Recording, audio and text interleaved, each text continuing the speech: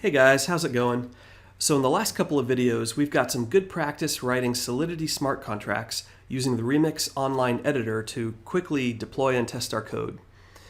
Now this is a great tool to use for mock-ups to sketch out ideas quickly, but what I want to do in this video is take you through all of the steps necessary to create a real development environment for a production level project. Now to do that, we'll be leveraging the Truffle software suite, which is a group of tools that we can use to easily unit test our code, deploy our smart contracts to a local virtual blockchain, and then finally to deploy to Ethereum testnets and finally to Mainnet. So at the end of this video, you should have a good idea about how to start a smart contract project from zero all the way out to production on Ethereum. Now there's going to be a lot packed into this video, but I think it's all going to be super useful information for your Ethereum blockchain development. So go grab a coffee, roll up your sleeves, and let's get into it.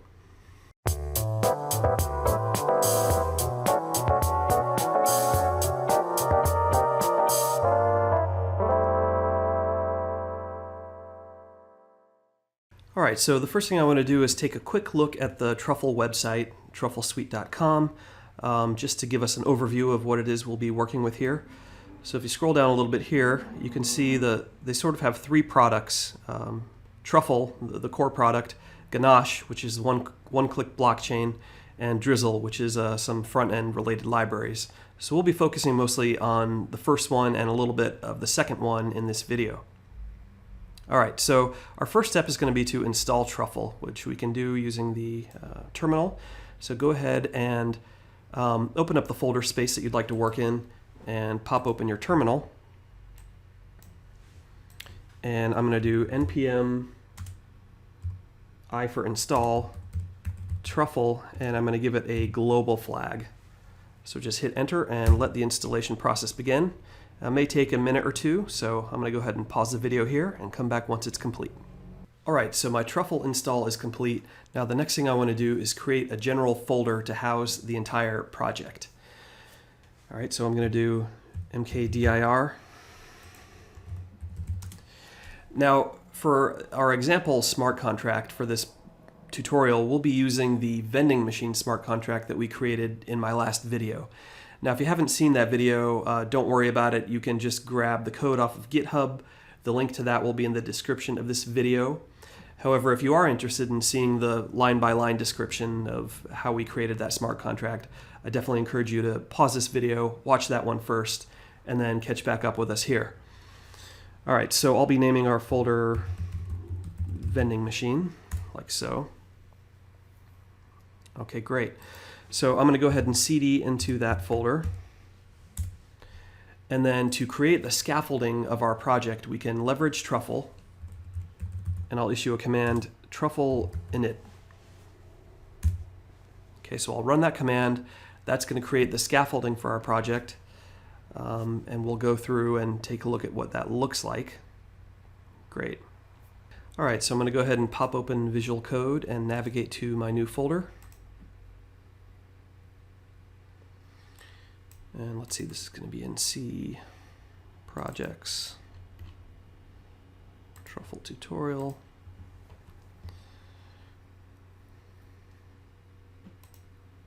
Okay, so let's see if I can, hopefully this is visible, but that Truffle init command basically created a couple of folders for us: contracts, migrations, test, and Truffle config.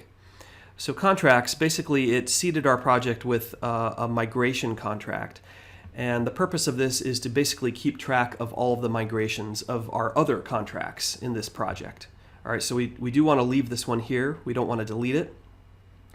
Next we have sort of migration commands, if you will, for each contract that we want to have migrated when we run our Truffle migrate command. So the first thing I want to do is actually create a new one. Well, first I want to create our contract. So let's go ahead and create a new file under contracts. And I'll call it vendingmachine.sol. Okay.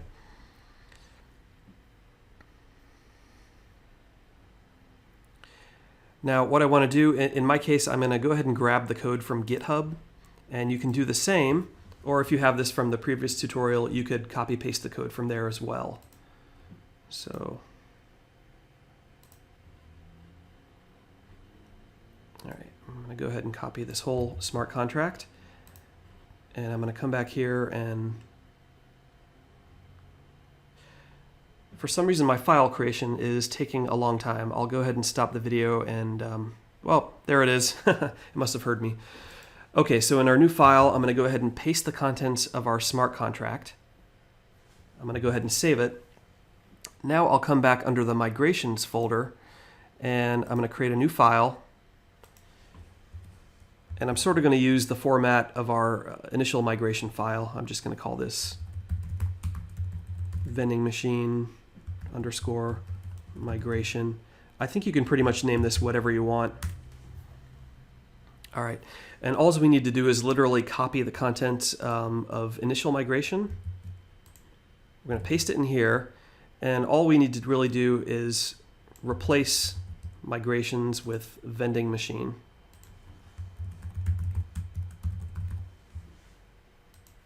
So I'll just do a copy and replace, or sorry, find and replace. And basically all this is doing is saying, hey, whenever we run a migration, I want to include the vending machine smart contract in that migration, okay? So that's the sole purpose of this. We won't have to ever come back here or touch this code again. So I'll go ahead and close that. I'll close initial migrations as well. Oh, and by the way, just as a side note, when I mention the term migrations, all that means is deployment. Okay, so eventually when we're ready to deploy our smart contracts out to Ethereum testnet or mainnet, we'll use the Truffle command line, we'll specify what network we want to go to, and then we'll use the migrate command. So all that means is that we're deploying, we're pushing out our smart contracts to those networks. Okay, and the final folder that Truffle's created for us is the test folder. And this is where we can keep our test scripts to test our vending machine contract. And I think actually that's probably a good next step to do. Now, the Truffle framework just makes it super easy to write tests. It's based on Mocha, and the syntax is almost identical, okay, except for a few small things. So let's take some time before we try our deployments to just write 2 or 3 simple unit tests. Okay, so what we do, let's go down to the test folder and we'll create a new file. And we'll just stick to convention. We'll call this vending machine.test.js. Okay, so this is another great thing that we can go ahead and write our tests in JS. We don't have to use Solidity. So this is probably a real familiar syntax for those of you that are used to working with JavaScript. Okay, so the first thing we have to do is require our Solidity contract. So I'll do const vending machine to represent the contract, and artifacts.require. Now this syntax is specific to Truffle. And then we just need to enter the name of the contract that we're requiring. Okay, so far so good. Now the rest of this test file is going to look very similar to Mocha if you're familiar with writing JavaScript or Node.js unit tests with Mocha. Now the sole difference is the first keyword here. So we'll do contract vending machine. Now this is sort of in place of where we would normally have a describe clause in Mocha. Okay. Now this is going to take a parameter, accounts, which is just going to give us, basically it's an abstraction to give us access to all of the accounts on the current network. Okay. And we'll give it some curly braces there. Now we can use a before clause, again, similar to using Mocha. And in our before, what we want to do is just deploy the contract. So the test runner will basically deploy our contract to in-memory virtual blockchain for us to use so that we could then access it with the rest of our tests. So what I want to do is before, this will be an async function. And inside here, we'll create a variable name for our contract instance. And I think I'll just do, well, you know what, let's just do instance like that, lowercase I. Await. Now we're referencing vending machine up here from our contract require. And we can call deployed on that, just like that. All right. So this will ensure that our vending machine smart contract is deployed, at least to our in-memory environment, before we start running any of our tests. So from here on out, it's going to look just like a Mocha test file. We're going to use it statements to define our tests. Oops. Sometimes I hate autocomplete. All right, so the first test we're going to write, we're just going to check the initial balance. So if you remember from our vending machine smart contract, we initiated our vending machine with a supply of 100 units, 100 donuts. So let's say ensures that the starting balance is 100. Now let's be specific. Let's say of the vending machine. Okay. So all of these tests are going to be async.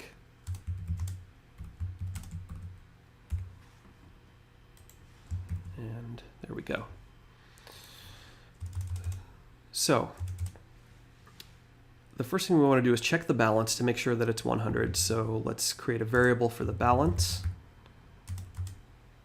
All right. Now the beauty of writing unit tests with Truffle is that there are certain abstractions in place that just allow you to interact with your smart contract as if it were a JavaScript class or a JavaScript object.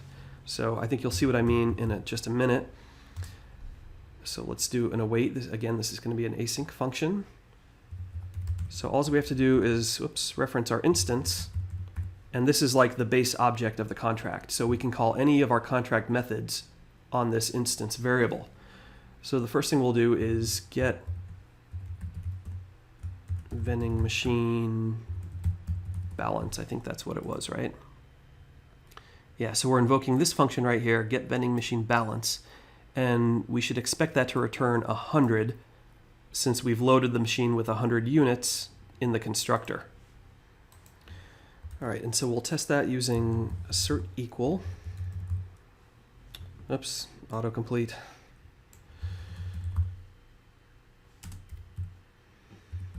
By the way, if anyone knows how to turn that off in Visual Code, let me know in the comments.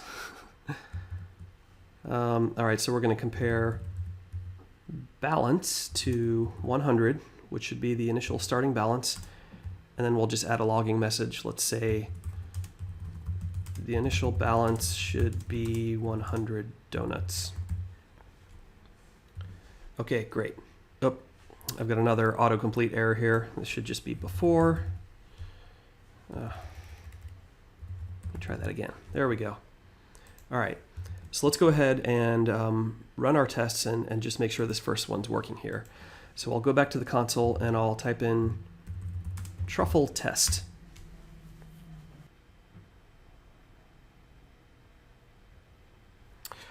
Oh, okay. So it looks like we've got a Solidity version mismatch here. So if you remember in our contract, we specified that we're using 0.8.11, but we need to make sure that Truffle is matching that. So what we can do is go ahead and pop open the Truffle config file. And if you scroll down somewhere near the bottom, you'll see an object called compilers, SOLC, and just update that version so it's 0.8.11. Go ahead and save. And let's try to run that test again. And with any luck, this time we'll get some test output. By the way, when you execute truffle test, you could probably see up here what it does is it compiles the contracts for us behind the scenes. Now, if I just want to do that step in isolation, let's say I just want to compile my code, I could do truffle compile. However, when I run truffle test, it does that compilation implicitly. All right, so we're getting some output, and let's see what we get here.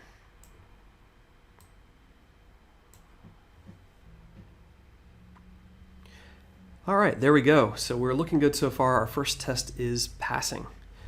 So let's go back and add one or two more. The next thing we can check is if our restock function is working. So I'm going to go down right below this one. I'm going to make another it clause, and let's say ensures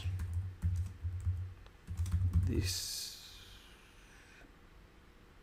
Let's see, ensures the balance of the vending machine can be updated. Okay. So again, this will be async.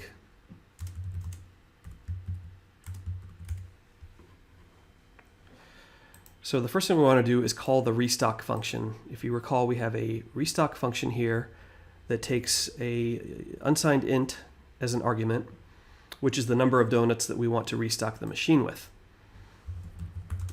So let's do await instance dot restock, and let's add another 100. Okay. All right, so after that happens, then we'll again get the balance. So I'll tell you what, I'm just going to copy line 9 from the last test because we need to do the exact same thing. And in fact, I'll copy line 10 as well, our assertion, and then I'll just update it to be 200. And let's say the balance should be 200 donuts after restocking. All right, so let's go ahead and save that and run our tests again, see if that's working.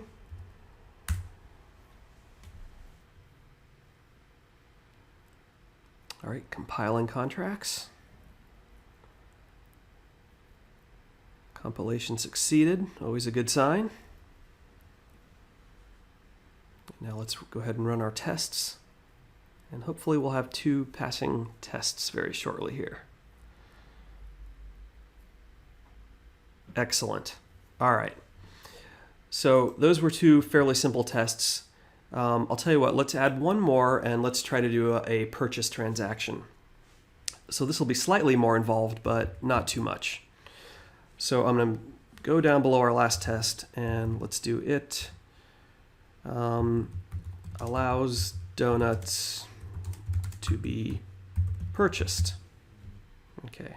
So again, just like the other 2, this will be async. And so back to our smart contract, if you recall, we have a purchase function, and that takes an unsigned integer representing the amount of donuts that we wish to purchase. All right, so let's do await instance dot purchase. All right, we're going to purchase 1 donut. Now, some of the abstractions that Truffle provides us allows us to sort of mimic a transaction where we would send Ether or possibly specify who the transaction is coming from. And we can add an additional argument with sort of a config object here representing some of those values. So again, there's no second argument in the purchase. So this is something that Truffle is adding for us. And so what we can do, we can specify the from field, and we can say accounts at 0, representing our owner account. Okay. And then we can also send in a value. Okay. And so to make sure we have enough, now remember each donut costs 2 Ether, so I'm going to send in 3 just to make sure that we have enough to cover any gas fees. Now, Truffle also provides us a Web3 object that we can just use. It's sort of a global test variable. Now we're going to have to use our utils function under Web3 to convert from Ether to Wei, because we're going to specify our value in Ether, but the transaction needs to be specified in Wei. So I'll do utils.toWei. I'll say 3, and the next argument is the denomination that we're converting from. So I'll say Ether. All right. Now, after that purchase goes through, I think what we want to do is check the balance of the vending machine again and just make sure that it's been decremented by 1. So I can go ahead and copy line 15 and 16 from our previous test, because basically we need the same exact code. So again, the first line is just getting the balance of the vending machine. And now we're just asserting, this time the balance should be 199 since we've sold 1 donut. So I'll update the logging message to say the balance should be 199 donuts after sale. All right, so I'm just going to remove the semicolon here for consistency and add my ending parentheses there. Go ahead and control save, and let's run our tests, and hopefully everything will be working. Truffle test.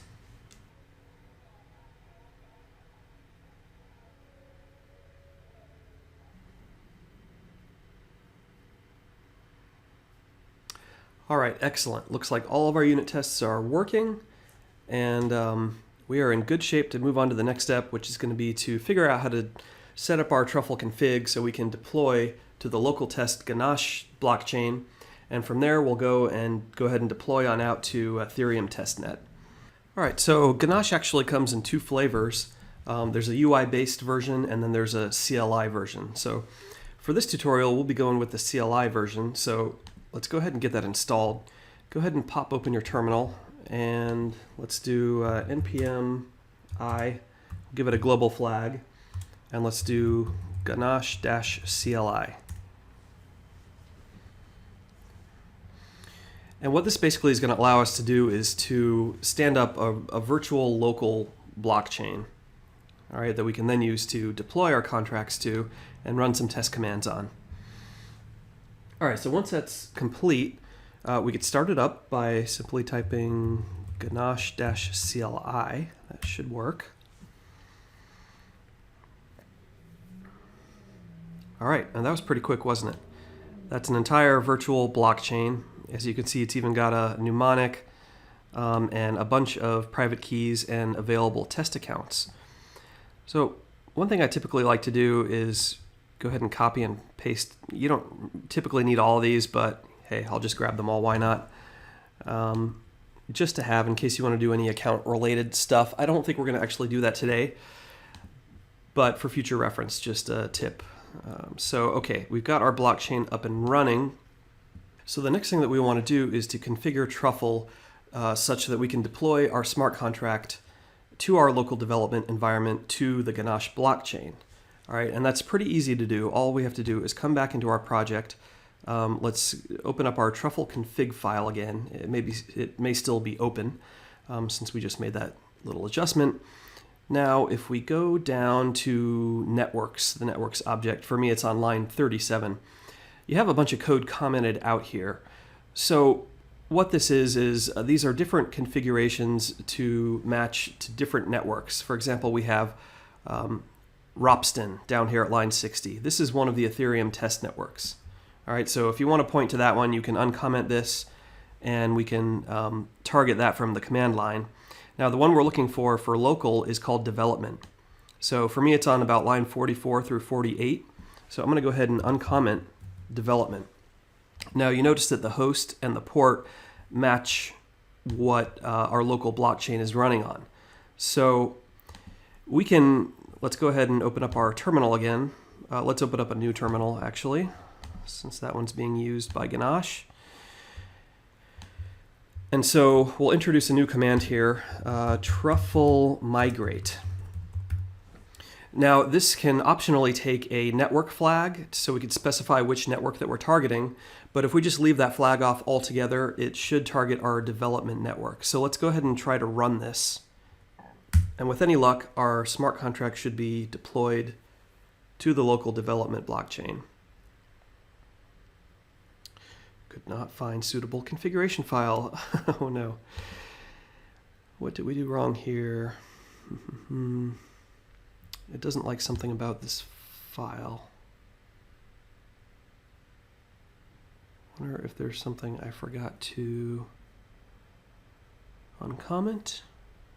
Development.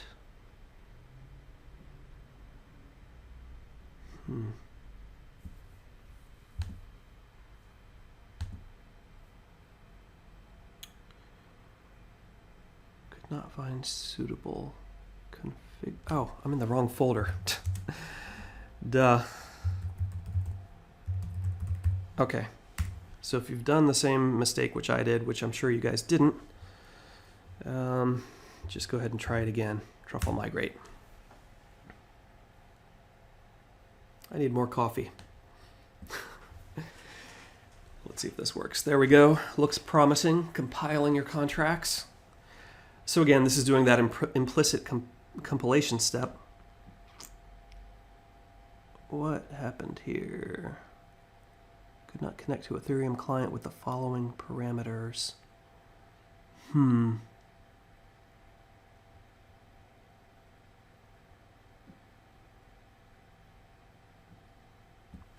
Let's go back and make sure that our blockchain is still running. Listening on 127.001.85.45.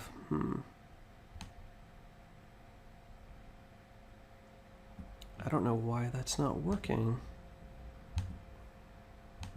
Let's try it again.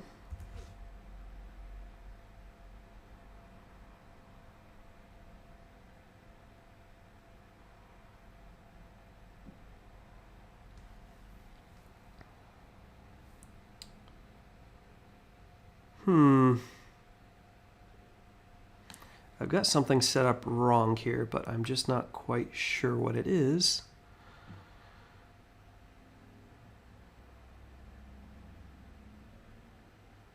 Oh, is that targeting the wrong port? Oh, what am I doing wrong here?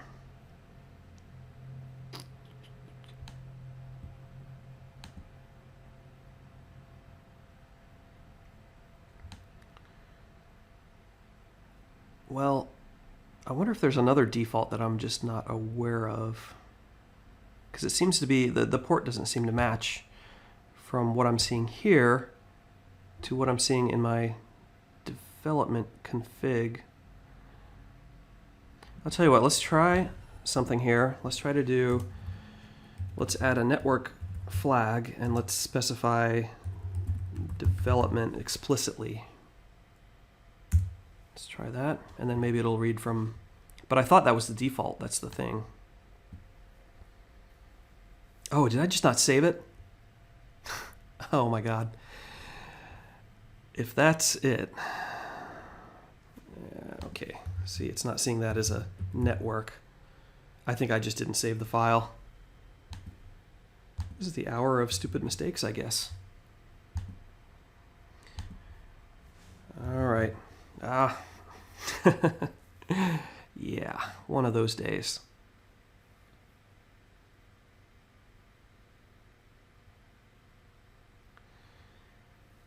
Why aren't you responding? That's so rude. Come on now. All right. So let's go back to the drawing board here. Truffle migrate.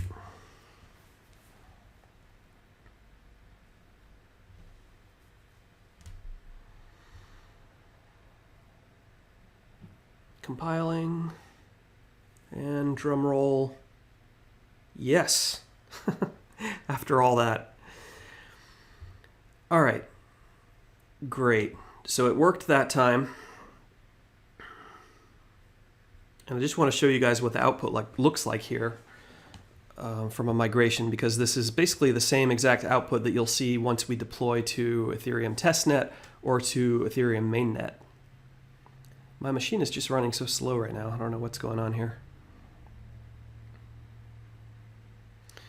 All right, so let's take a look at the output here. So again, we've seen that the migrate command is running the compilation step implicitly. Then it's going to starting migrations. You can see the first migration here is that migration file that was seeded with the project for us.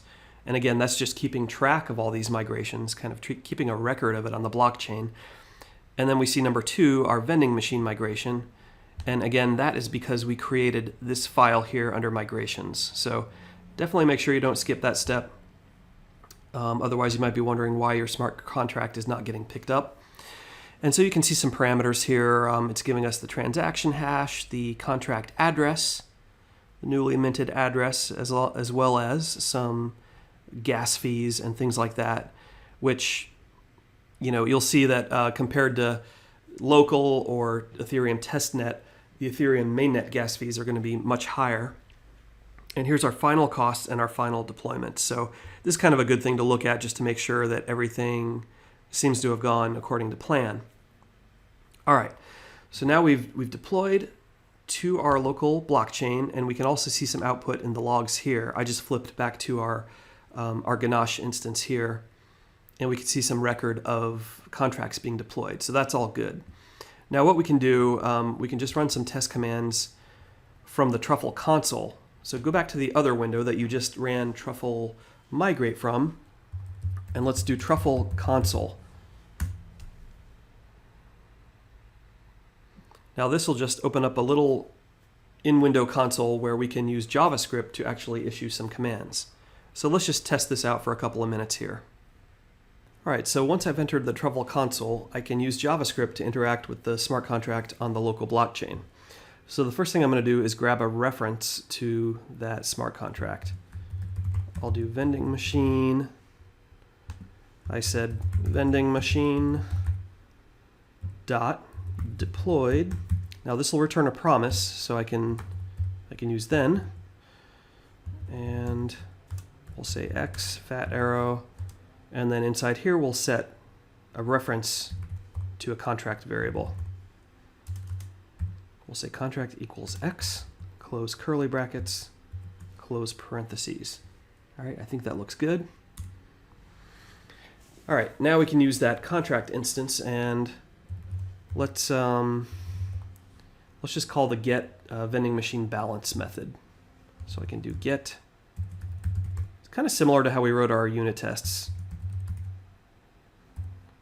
Get vending machine balance. Again, this will return a promise, so I can do then. And let's use a variable b for balance. And we'll say bal equals b. Let's see, I'm just going to check that to make sure it looks good. Okay. Now let's check balance.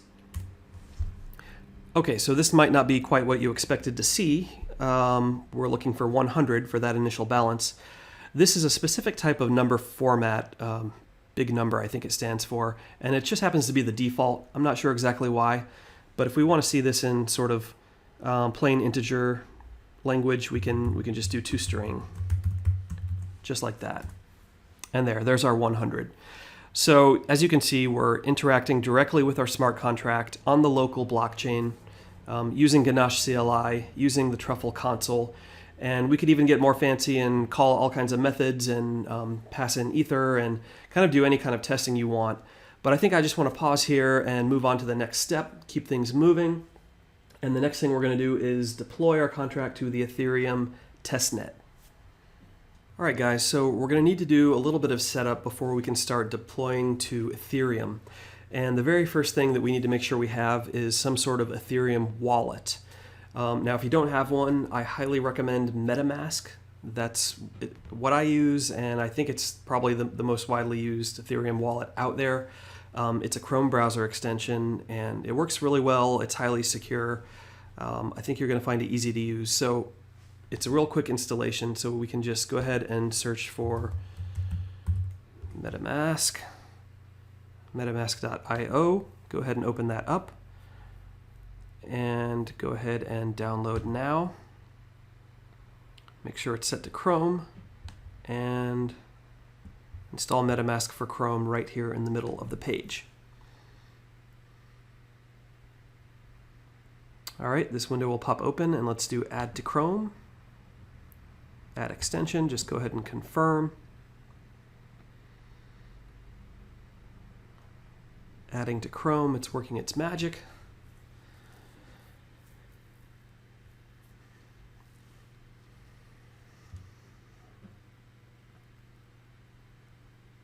All right, I think it's done. So there we go. MetaMask has been added to Chrome. So we can go ahead and close all these windows. All right, and whoops. Go ahead and click on your extensions here and go ahead and pin MetaMask just for easy access there. Okay, and I don't really want to open it in the browser. I just want to open it right here.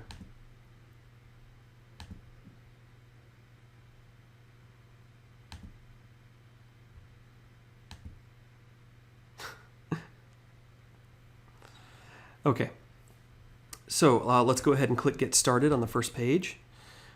And you're going to choose the second option, Create a Wallet. It's going to create a brand new wallet. And you can choose what to pick here. I'm just going to do no thanks.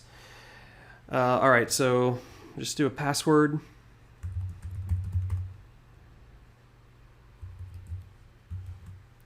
Choose a good password. Oops. Okay, and go ahead and click on the box here for terms. Click Create. And now MetaMask is going to go ahead and generate a wallet for you. And this, you can skip this. Well, I do recommend you watch this video. I'm just going to skip by it for now.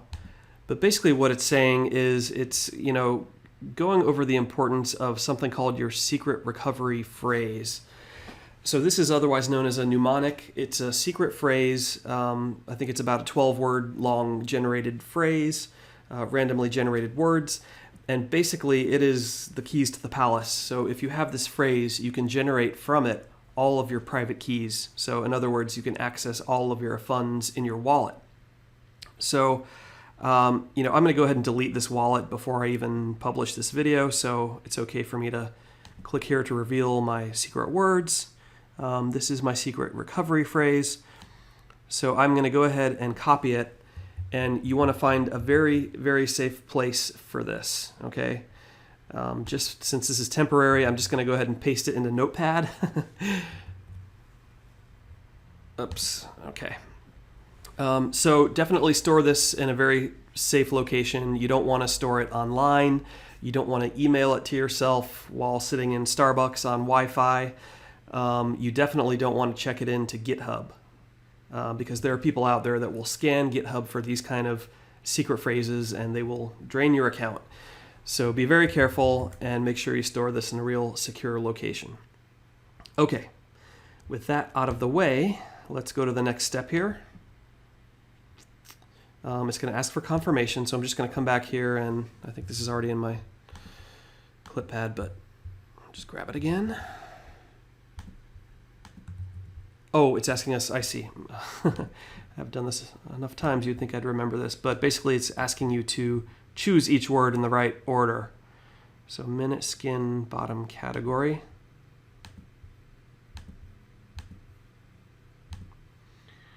Layer renew piece forward.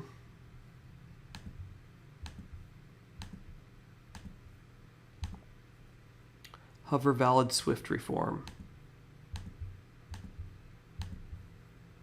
All right, hopefully that's correct, and let's go ahead and click confirm. Congratulations, yay, you have a new MetaMask Ethereum wallet. So go ahead and click on all done, and we can exit out of this. Okay, great. So here's a little preview of my wallet, although I don't really like to look at it in browser view. I just like to open it from here, and it should give me a little pop-up. There we go, much better. All right, so just a few things. You may have seen this before, but here's your starting account, and you can create new accounts. In fact, let's do that right now. If you click on the icon sort of right on the upper right-hand corner, let's go ahead and create one more account, and I'll call it account 2, that's fine. I'll create it, it'll generate a new private public key pair, and now I'm on account 2. So go back up here again to toggle back to account 1 if you like. All right, good. So we've got MetaMask in place, which we'll definitely need in order to deploy to Ethereum. All right, so the next step is to set up an Infura account. So let's just check it out, and then I'll explain what it is. Infura.io. This is a service basically that allows us connectivity, or it gives us an easy way to connect to the Ethereum blockchain without having to set up our own Ethereum node or something like that. So go ahead and sign up if you don't have an account. I've got one, so I'm just going to go ahead and log in. but the sign up process is pretty straightforward. So what you want to do is create a new project. These are just some other ones I have for my existing projects. And it shouldn't cost you any money just to do one. I'm not exactly sure at what point they start charging, but I'm going to go ahead and select Ethereum, and I'm just going to do vending machine. That's good enough for now. Create. Okay, great. Save changes. All right, so it's given us some keys: project ID, project secret, and endpoints. So we're going to need these when we configure Truffle to deploy to Ethereum. So just keep this tab open for now, and we'll grab these in just a few minutes when we need them. All right, so I'm going to go back over to Visual Studio, and we're going to start our configuration. So I'm just going to close the other files that I don't need for now. Okay, so basically what we're going to do is we're going to create a .env file that's going to hold some of our secret keys and our secret phrase. So the very first thing we're going to do before we even create the .env is to create a getignore file, just to make sure that we don't check in that file ever. So I'm going to do .getignore. All right, and then I'm just going to do .env. All right, you can actually make a little header for it if you want, or a little subtitle. Local environment files .env. Okay, very important that you have this. Now, I'll go back up to our root level and we'll create that .env file. Okay, very good. So let's go back to truffleconfig.js for a second, and we're going to need a few things. Actually, we're going to need to install .env, so let's do that first. So I'm gonna, let's see, I just can't remember what the, I think it's just install .env. Let's just check real quick. npm i.env, yeah. So go ahead and open your terminal, and to get out of your Truffle console, just type in .exit. Yeah, there we go. All right, so just ensure that you're still in your root, your project root folder, and let's do npm i.env.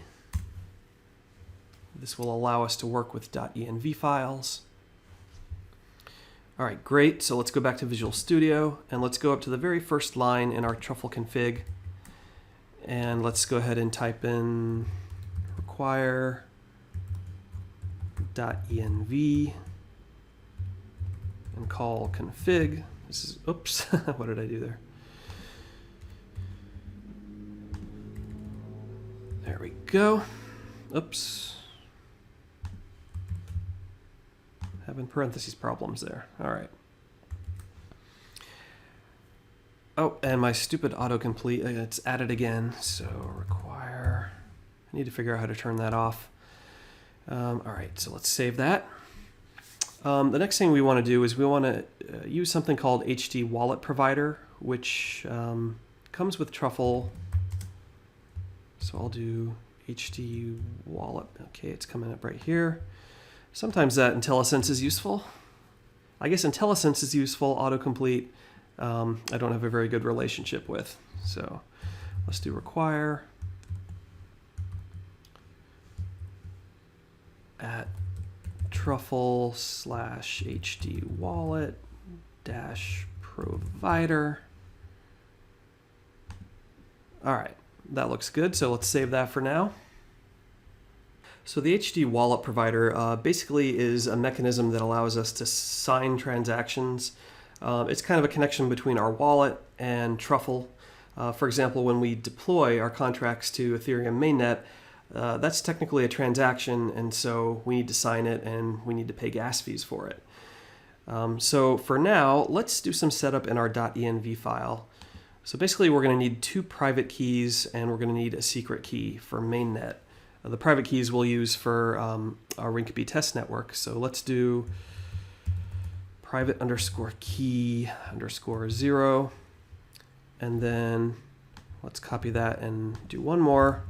We'll call that 1, and then you can call this whatever you want. I'm just going to say secret key for now.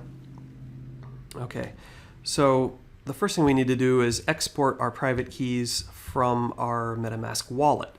So let's go back to the browser and let's open up MetaMask. And we're on account 1, so I think it's in here in this hamburger menu here. Let's go down to account details, export private key. That's what I'm looking for. So go ahead and click on that. It's going to ask you for your password.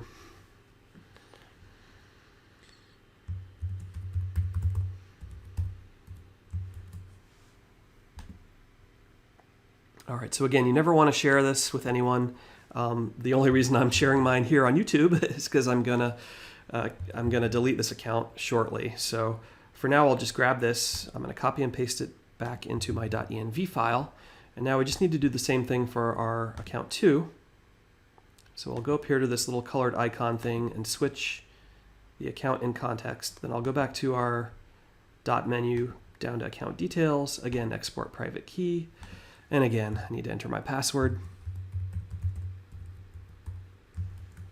Okay. And again, copy and paste this key into our .env file. Now finally, you want to take that secret recovery, or not recovery phrase, but the mnemonic. We could call it that, by the way, mnemonic, but I'll just stick with what I've got here. And we want to copy paste that into here. So again, I can't stress this enough. This should only be a file that you're seeing that is on your local secure computer. You never want to check this into you don't want this to touch the internet, basically.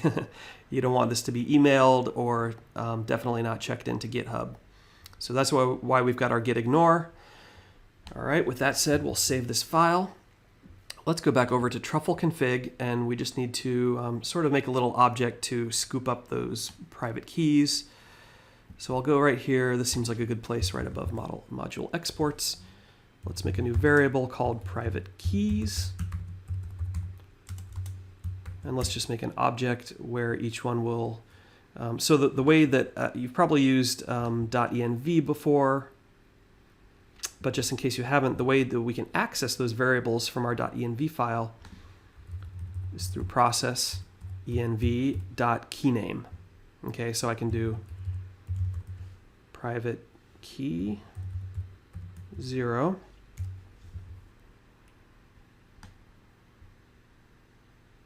And it doesn't like something already about my variable there. Private key 1, and go ahead and save that. Huh, can you spot the mistake? Oh, this should be an array, not an object. Of course, since I'm not using key value pairs, just items here, so that's an array. Just go ahead and correct that, and let's go ahead and save it. All right. Now let's take a look at some of our configurations. These should be all sort of commented out by default. Where did I went by them? Okay, so there's one called Ropsten, and I think I mentioned before that is one of the Ethereum test networks. So let's uncomment that. We're actually not going to use this one. We're going to use another one called Rinkeby, just because it's a little bit easier to get test ether. And we'll go over how to do that in just a second. All right, so what I want to do, Rinkeby, okay, new HD wallet provider. Okay, I'm just going to put this on the next line here to make it a little easier to work with. So this can take some different sort of arguments. We're going to use a slightly different format. So go ahead and just delete anything in there. We're going to pass in a config object like that. Okay. The first thing we're going to pass is private keys. Private keys is going to equal the private keys variable that we just created. And then we're going to do, takes another property called provider or URL, okay? And we're actually going to enter the URL from the Infura account that we just created here, okay? Before we do that, let's just do like empty quotes for now. There's one more parameter here. It's called number of addresses. I don't know why it can't just define this or derive this from our array, but I guess that's custom code, so that's why. So we'll specify 2 there. All right, now let's go back to Infura. All right, so see where it says, again, make sure you're in the new project that you just created, vending machine. And under keys, look for endpoints, and we can change this to Rinkeby in the dropdown. All right, so we want to copy our HTTPS endpoint, just like that. Let's go back to our config and paste it right in this field. Okay. So a few more things we need to change here. Each Ethereum test network has its own ID. So we'll change this one to 42, which is the ID for the Rinkeby test network. Confirmations 2. Everything else I think we can leave as is. So let's go ahead and just save this. All right, the next order of business is to get some test ether in our wallet. So we'll tackle that next. All right, guys, so I'm going to pop open my browser again, and now what we're going to do is get some free ether. That sounds like fun, doesn't it? Now, there's an application called a faucet, which you may or may not have heard of. Basically, a faucet application is an app that gives away free tokens, okay? And the Ethereum test networks, I believe Ropsten, Rinkeby, and maybe Kovan all have faucets. So to find it, we'll just Google Rinkeby faucet. Okay, and it should be this first result, Rinkeby, faucet.rinkeby.io. So let's open that up. Now, this is a little bit strange how this works. What you have to do is you have to have some sort of social network, like I believe Facebook or Twitter. Yeah, right down here is the instructions. And I think what you have to do, it's been a while since I've done this, I think you have to create some sort of post that contains your wallet address.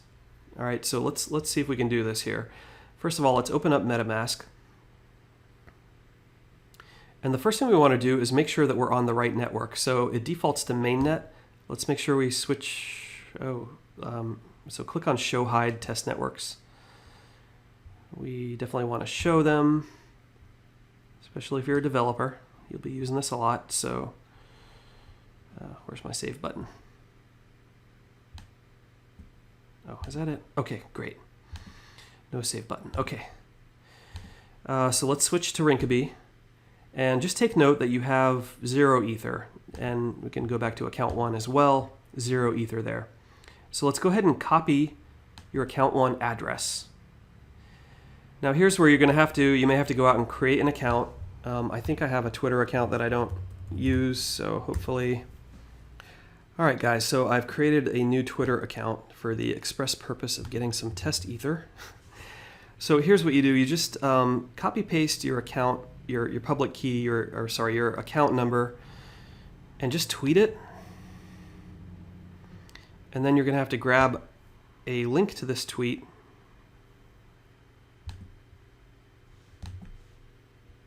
Which I think, yeah, this is the best way to do it. Just open it up and copy that URL.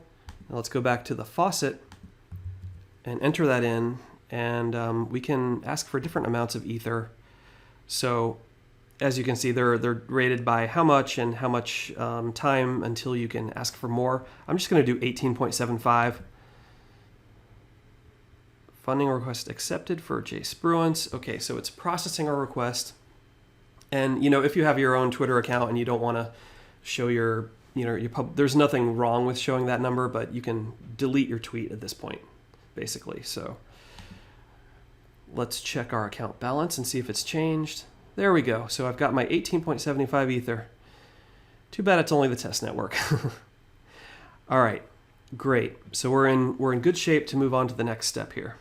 All right, guys. So we've got our config set up and we've got some test ether in our wallet. So I think we're ready to go ahead and try our first deployment to Rinkeby. So let's clean up our terminals here. We don't need this blockchain one anymore, so I'm going to go ahead and cancel out of that one, or just close that one. Control C. And I'll bring up the other one. And all we're going to do is truffle migrate. And then we need to specify the network, so -- network. And then we'll say Rinkeby. And that's all we really need to do. So if everything's set up correctly, then this should trigger our deployment to the testnet. So let's see what happens here.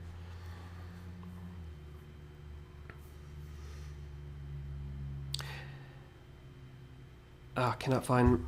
Oh, okay, so I think we need to install this separately. I guess I was wrong before when I said that was included. So we'll quickly do a npm I... I thought I may have copied that. There we go. So npm I @ truffle /hd wallet -provider.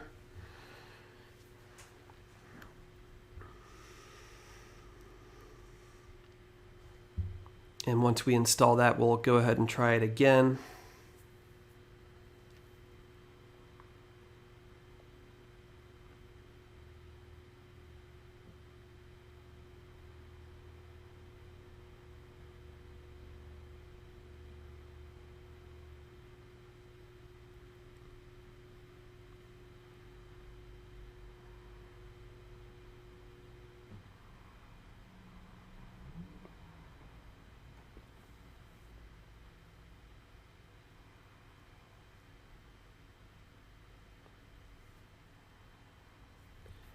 All right, good deal. That install is complete, so let's go ahead and try our migration again.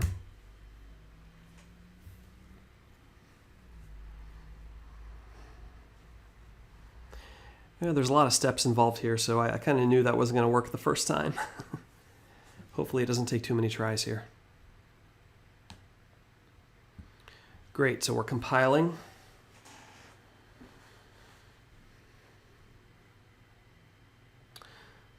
Okay, so the network ID specified in the truffle config does not match the one returned by the network. 4. Ensure that both the network and provider are properly configured. All right, let's see. I thought that only needed to be specified in one place. So 42 is the network ID for Rinkeby. And where is 4 coming from? That I'm not sure. I wonder if I missed some sort of config step here.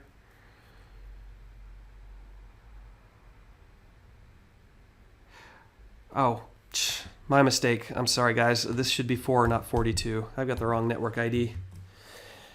All right, let's try that again.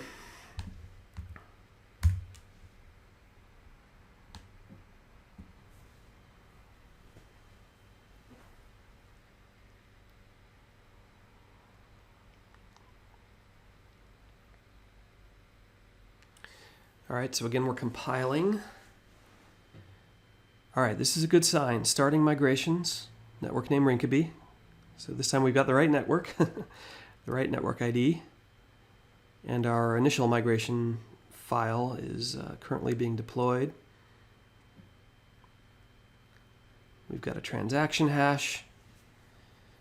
Great. We're pausing for confirmations, and then it's going to deploy our actual vending machine contract next.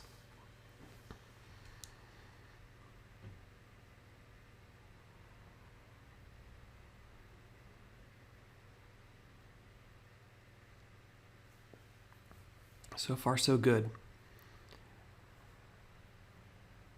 This does take a while. You know, just because of the nature of the blockchain, these transactions need to be persisted across the entire chain. So it takes a while for the consensus mechanism to work its magic.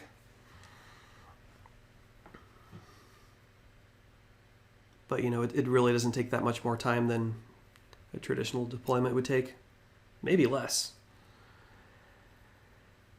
All right, so that was the total cost of our migration deployment. As you can see, it's very low, and again, unfortunately, the cost is much higher for a mainnet deployment. And there's our vending machine contract. Comparatively, it's quite a bit more expensive than our migration one, just because, you know, this one has hardly any content in it.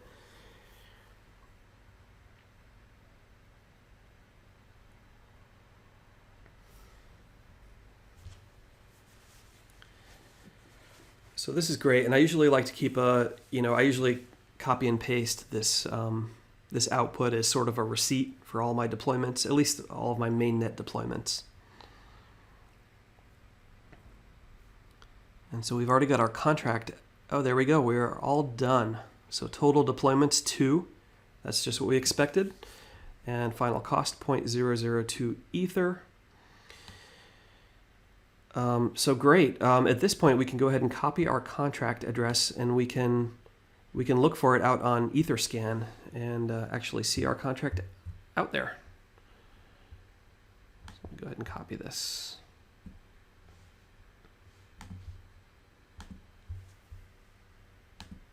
And if you haven't used Etherscan before, it's basically a view into the blockchain, and it works for Mainnet as well as the testnets. So I'll do Etherscan. And there's different ones for each test network, but I think you can use the main one and then sort of drill down into the test network. It'll tell you that it can't find this on Mainnet, but it should give you some options. Yeah. So again, this is our contract address for our vending machine contract that we just copy pasted from the result output from our deployment. And so see how it says click to view address on one other chain? That other chain is basically the test network. And see, here we go, Rinkeby testnet. So it's recognizing that the contract is deployed to testnet. There we go, 2 minutes ago, contract creation. It's got a value of 0 Ether because we haven't sent any Ether to it. And it's got our transaction hash. It's got our block number where our contract lives on the blockchain. And that is basically the proof that we have successfully deployed to Rinkeby. All right, so at this point, I'm not going to do a real mainnet deployment, but I will show you what it looks like. Just because at this point, Ethereum gas fees are so high. I think the last contract that I deployed to mainnet cost about $900. And so I think I only have about $37 in my MetaMask for mainnet at the moment. So let's go back to our code, back to our config file. And we should have one here for mainnet. And I'll show you exactly how to set it up, as if we'll go all the way up to the point of deploying it and getting rejected because we don't have enough money, but at least you can see sort of how it works for yourself. So I was just trying to see if there's one commented out for mainnet. I don't see one, so we'll just create a new one. Okay, I'll tell you what, let's just copy the Rinkeby one and then we'll modify it until we have a working mainnet config. So I'll just go right underneath it. So replace Rinkeby with mainnet, just like that. The provider is just going to look slightly different. We're still going to use HD Wallet Provider, but instead of this object format, we're sort of going to go back to what we originally had, which was just 2 parameters, which would be like a private key or a secret key, and then the provider URL. Okay. So here we can reference our .env file. So we'll do process.env, and what did we call it?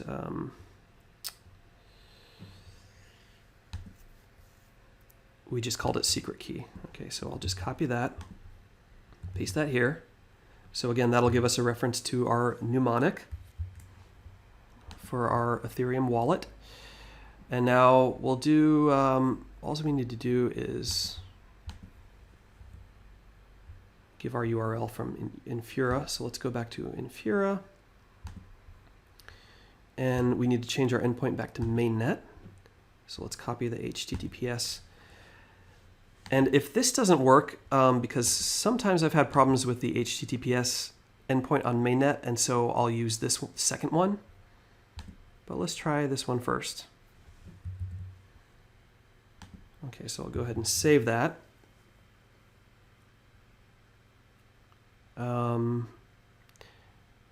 Network ID is 1 for mainnet. Gas, and I think we can leave everything else as it is. We actually may need to provide more gas. So I think in the past I've used like 2 million. It depends on a lot of factors. I mean, If you want to cut the cost down for deployments, try doing it at like between 5 and 7 a.m. Eastern time, and you'll pay a lot less.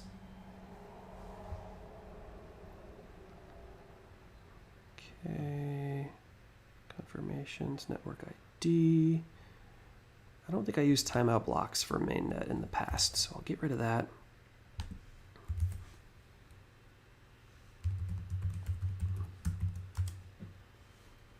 Gas price and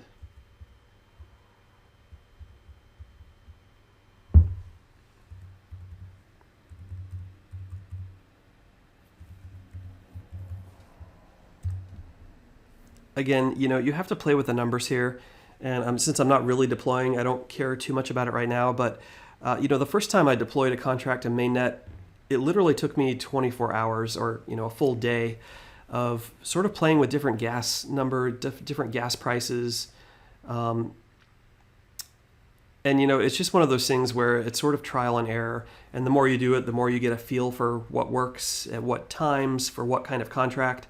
So I don't think there's any like one golden rule about what values you need to use here.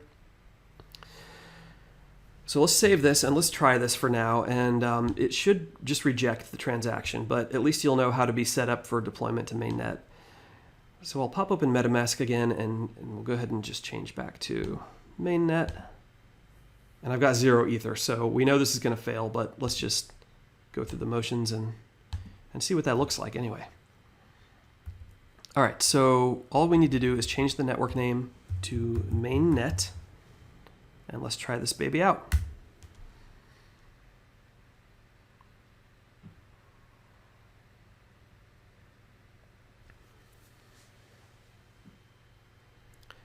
Compiling, so it'll go through that step. That'll work. And once it gets to the actual deployment, it should fail. Yeah, there we go. And as we expected, deployment failed because of insufficient funds for gas. Gas times price plus value. So the only thing you need to do differently when you're actually ready to deploy your first contract to Mainnet is have enough Ether in your wallet. And then, experiment with those gas fees a little bit. I definitely recommend, like I said, doing it at early in the morning, 5 o'clock, 6 o'clock, 7 o'clock, something like that. You'll wind up paying a lot less. Also, there are different websites out there that you can use to monitor the current gas price. What is it called? Gas station or something like that. ETH gas station is one. So this will sort of give you a rough idea about the current prices. So it's on the low side right now. I think it'll go even lower if you wait till early morning or the night. So yeah, there are a couple of different sites that sort of do the same thing, and they never seem to match up exactly, but you can sort of use a couple of them to gauge the current prices. All right, so I think that's all I had for today.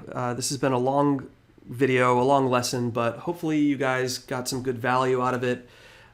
We went through all the steps of creating a Solidity smart contract project from scratch, from ground up, starting with an empty folder all the way out to almost successfully deploying to Mainnet.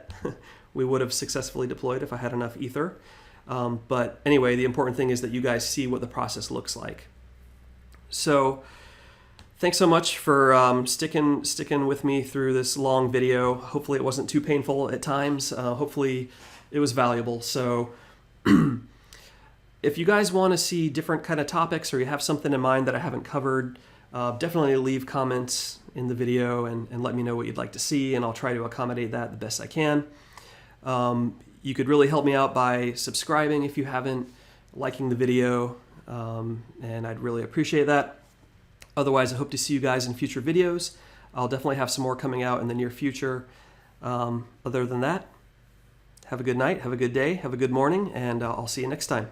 All right, guys, take care.